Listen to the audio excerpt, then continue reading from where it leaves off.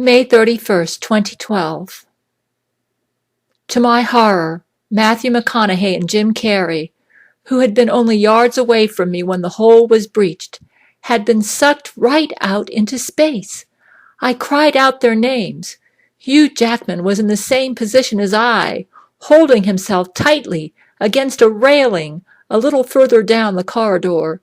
He too saw the plight of our men outside the church, their helpless bodies drifting away into the cold bleakness of space. That was when Hugh whipped out a rope. He tied one end to his waist and the other to the railing, then launched himself after the two men. I turned my hopeful gaze to watch him through the window.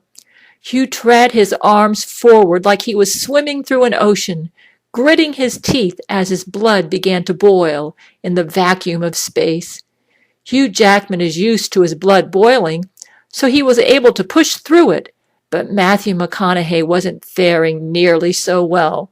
The vacuum was causing his body to swell like a balloon. Hugh swam faster and harder, and until finally he was able to grab Matthew by the leg.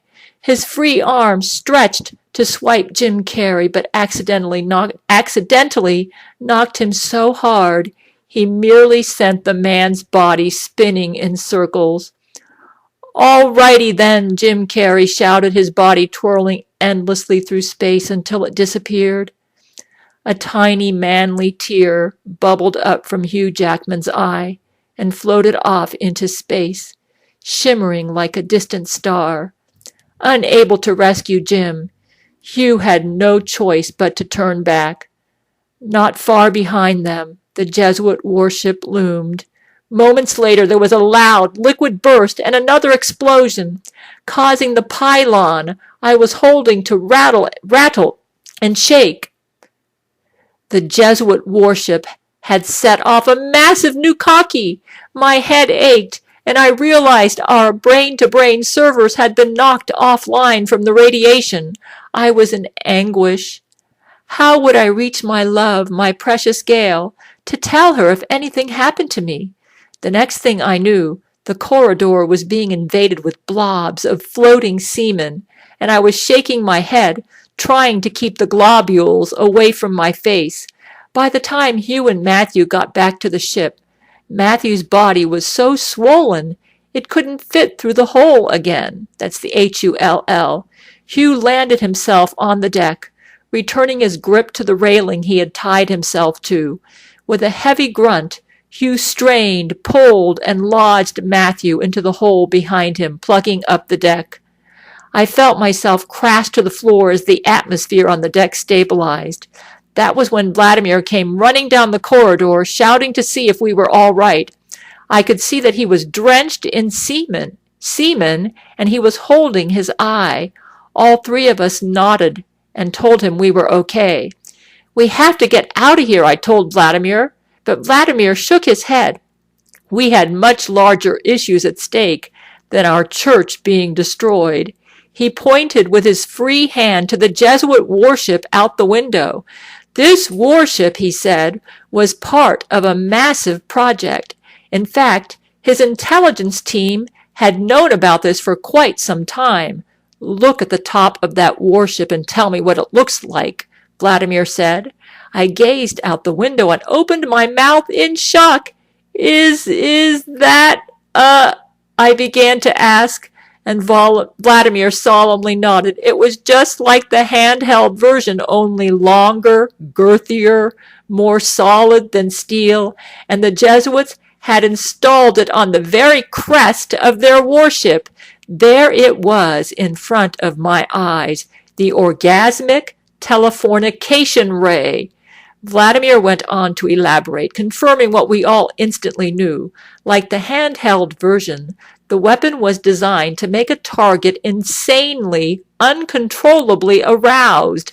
This gigantic megaton version, affixed to the top of this warship, was going to be used to target not just one, but masses of people on Earth, and they were planning to unleash their first experiment on Florida. If they did this, my dear, you would have been caught in the middle of the chaos. Everyone around you would have been raping each other, but most especially you. People would be climbing into your windows, snatching people up, trying to rape you. I wanted to send a message for everyone to hide their kids and hide their wives because they would be raping everybody out there. But with a weapon this powerful, there would have been nowhere to hide. They would be banging on your doors until they ripped it open, climbing through the air vents, and if you had been in your car at the time, they would have stacked their bodies all over your car, raping anything they could get a hold of. The potential of this super weapon could not be understated. Vladimir told us that he had a plan, but he needed Hugh and I to help gather up all of the injured men while he worked on it. We of course agreed. Hugh and I turned into a run down the corridor to go find the others. We didn't get very far.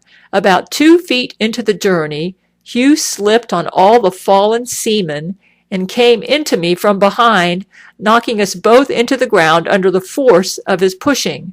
I cried out, wincing in pain. We grunted and struggled, both of us now drenched in bodily fluids. Hugh grabbed my waist from behind and tried to steady me on my knees, but I caved in again as he fell forward on top of my back. It was a mess. Our hands and shoes squeaked against the slippery floor as we tried to right ourselves. Hugh was able to steady himself first. With one hand on the wall, he reached down with the other to grab my hand, but in my clumsiness, I only dragged him back into the ground, into the seamen, and my body. About 45 minutes later, we were able to gradually inch toward the end of the corridor. Vladimir, concerned and still holding his eye, asked if we were going to be okay. Hugh waved to him affirmatively. We then continued on our way, and Vladimir hurried quickly to the bridge. I was gathering up men from where they had been blown about the corridors, many of them unconscious. That was when I suddenly felt the ship moving underneath us. I decided to look out the window to see where we were headed. We were growing closer to the Jesuit warship. In fact, we were getting so close, I knew something must be wrong, and I shouted for Vladimir, wondering what was going on. The tip of our tower was headed straight into the port orifice of the Jesuit warship. I braced for impact. I heard the explosion as the church crushed through the opposing ship. I thought for sure this had been a suicide mission, and I prayed. Just then, the warp engines engaged, and the battered decks rattled and shook as we took off into deep space. I was able to steady myself enough to look out the window again. In the distance, the Jesuit warship was in pieces, breaking apart into space like a giant breadcrumb. My initial cheers turned into screams as the sound of the ship blasting apart was followed by a massive shock wave headed straight toward our church. I swear it was just inches from my face at the window, tailing just behind us at warp speed. Increase speed, Vladimir, I thought. You have to increase speed. In just moments, our warp speed jumped a little higher, then a little higher, and I smiled as the shock wave shriveled behind us. We had beat it. We had beat them and that awful Jesuit warship. Our success had lasted only about 30 minutes. After that, we had lost all power again, and our church had ground to a dead halt. After some time, Vladimir made his way down to my position and explained our situation. Our engines were overheating so severely, the ship was raring to explode. He had tried taking the engines offline, but it was no use.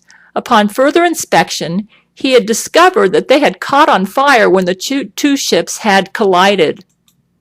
We were running out of time. We were going to have to abandon ship. Vladimir and I gathered up all the men into the escape pods, 2 men per pod. Matthew McConaughey had to be stuffed into his own for sure. Vladimir and I took the last one, and it was just in time. Almost as soon as our pod launched from the docking port, we watched the last remnants of the church blast apart into a massive, colorful explosion. I am writing to you now from the escape pod, traveling at a gruelingly slow sub-light speed. Vladimir gave me a look over about an hour ago. Most of my bones have been broken. I've punctured both of my lungs, and I have 2 black eyes. I know that most of my injuries came from slipping in the hallways that had been doused with Nukaki. I am very lucky to be alive. Vladimir escaped mostly unharmed. He is covered in third-degree burns over 90% of his body, but the remaining 10% of him is just fine, and I know he'll pull through this. The bad news is that he has contracted herpes of the eye, which, as I understand, can lead to herpes of the brain if it isn't treated swiftly, so I am very worried for him. We don't know how we are going to land safely, since we can't beam down from the escape pods. The important thing is we are safe for now. We will figure this mess out soon. That I can promise you. I will be home soon, my love. Your husband, Brent Spiner. Gail realizes that somebody impersonated Brent brain to brain while Church of Gail was decimated in outer space. She learns it was Rule 13, making love to Gail using a dildo. That was brain to brain loving. This imposter told Gail that Church of Gail was holding a trial against the Nobel Prize retards in outer space and that Jesus was involved. All false. June 12, 2012. Gail refuses to take down her website or YouTube channel because Jesus had ordained. If you go to my website, you can listen to the videos about the space battle. Gail put up a YouTube video, and NASA came out and got all her men. And they have very advanced technology, and they were able to fix Brent and Vladimir up with all their injuries. So now we'll go on. So if you go to the website at gabrielchana.com/contact.html and just click on the links about the space battle, there's all sorts of links there, and you can learn more about this. June 12, 2012. Gail refuses to take down her website or YouTube channel because Jesus has ordained her to make videos, even though she gets letters from her ex-husband accusing her of being responsible for the defamatory Jesuit website Crazy Gail Wiki. Her ex orders her to take down her website and YouTube channel, but Jesus ordained her to make videos. She fears Jesus more than her ex and won't take her online presence down. She loses her job and wants to marry Brent now and go be with her husband. Brent Spiner prays, and Jesus shows up and counsels Gail through Brent over what to do next. Jesus advises Brent to wait, that now is not the time to consummate his marriage to Gail. Jesus also advises Gail to get off all her supplements except for an antihistamine, a painkiller like Advil, and a multivitamin. Gail cheats a little and takes a probiotic, thinking Jesus won't mind. Gail receives unemployment and financial help from Jesus. Gail later learns that she probably lost her job because her ex-husband, who harassed her job, threatening them over Crazy Gail Wiki, lied to her job saying Crazy Gail Wiki was her website. Gail's ex-husband knew he lied about Gail, but just wanted Gail to lose her job because he's a douche. Jesuit leader Zach Knight claims to excommunicate Gail's ex from the Jesuit order because Gail's ex did not succeed in destroying Gail, but Gail still believes her ex is a Jesuit or serves Jesuit interests. July 4th, 2012. Brent Spiner says, "Everyone, I want to offer a warm congratulations to our very own Gail Chord Schuler for winning a Pulitzer Prize for Excellence in Journalism today. Gail won it for her visual video about concentration camps based on photos from Jack Chick's smoke screens. The judges reviewed Gail's last 2 videos, especially the most recent one, and determined that no woman is more deserving. I couldn't agree more. Gentlemen, I offer a toast tonight for all of you."